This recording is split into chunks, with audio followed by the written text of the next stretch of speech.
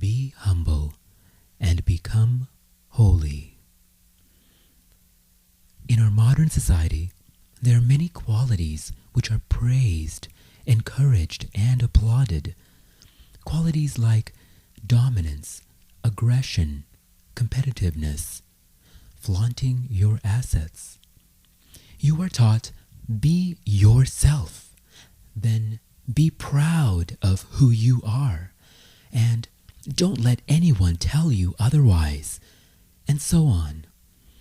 While such qualities sound pleasing to the ear, or rather to the false ego, such qualities are in fact completely detrimental to you, completely detrimental to your spiritual nature.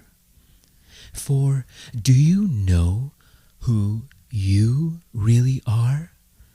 Do you know yourself? Well, you may ask, how could such popular, often repeated thoughts and ideas and opinions of oneself in popular culture be a problem? Surely you have to behave this way in order to fit into society. What these sorts of mundane and common thoughts and ideas fail to do is to lead you to contemplate the deeper effects of thinking and behaving in such ways. Wanting to be seen as tough, brave, or intelligent, you go forth daily in school, work, or simply out into the world, putting your best, most dominant, self-assured foot forward. You think you are strong, confident, and you know it. And somehow it works. For a while. But it never lasts. You have to keep winding yourself up like a toy soldier or a robot again and again just to maintain the image. What are you really doing to yourself when you do this? Inevitably, you are crushing your true self, pushing your own self off the path to discovering who you truly are. Without even knowing it, without being fully aware, you ignore your true self. You begin to feel comfortable being in a state of self-denial.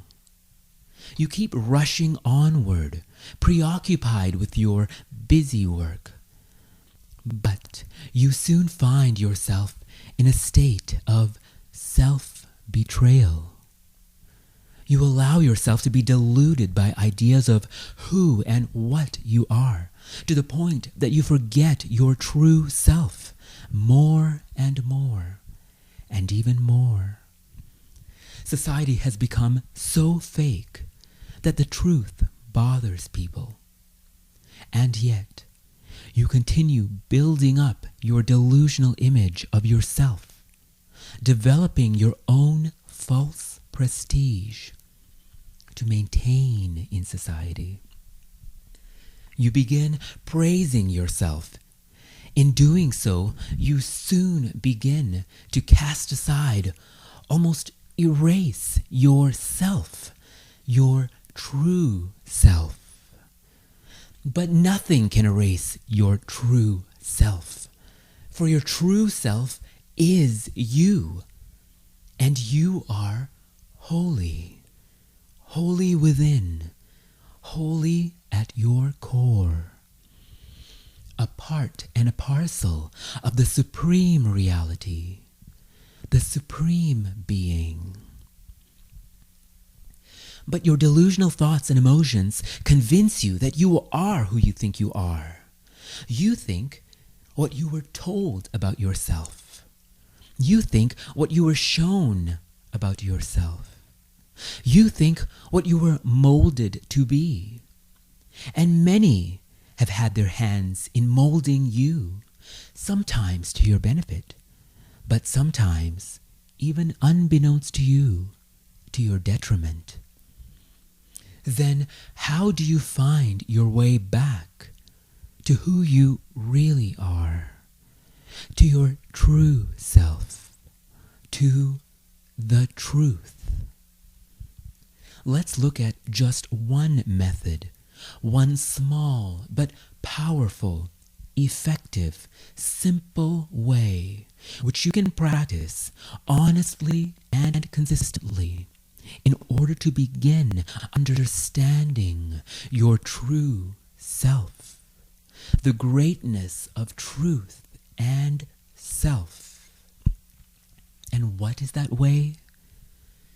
Humility. We become nearest to the great when we are great in humility. Humility is a crucial, essential building block of spiritual growth.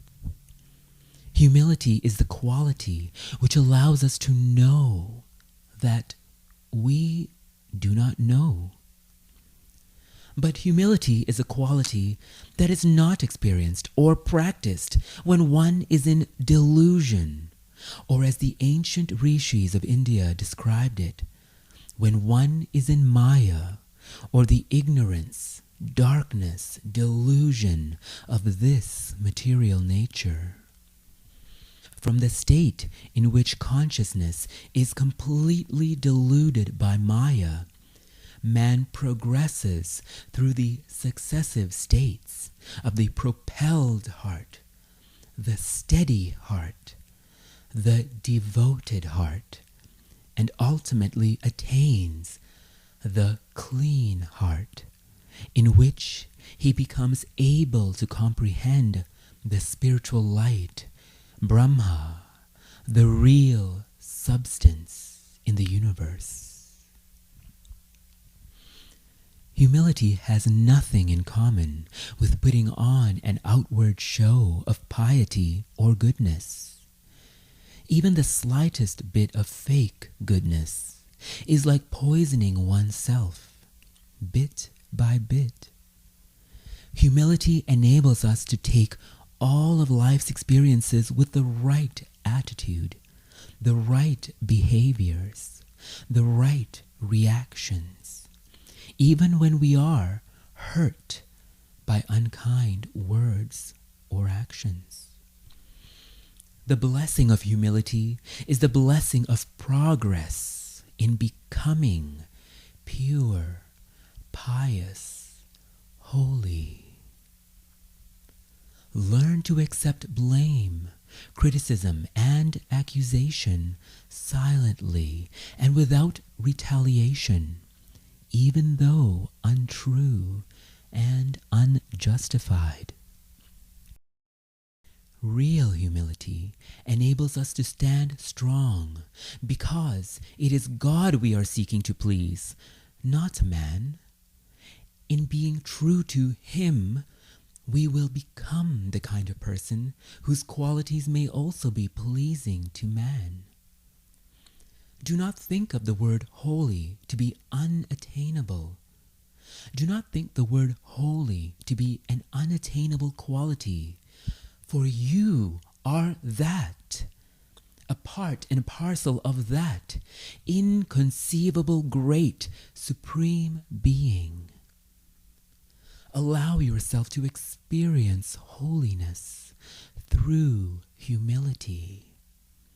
Allow yourself to experience it through experiences that are both kind and unkind, happy and hurtful. Be steady in your practice. Be loving to yourself and others. Be not discouraged or dismayed by society's criticisms or treatment of those who understand and practice humility truthfully. Be a light upon all. Humility is not cowardice. Meekness is not weakness. Humility and meekness are indeed spiritual powers.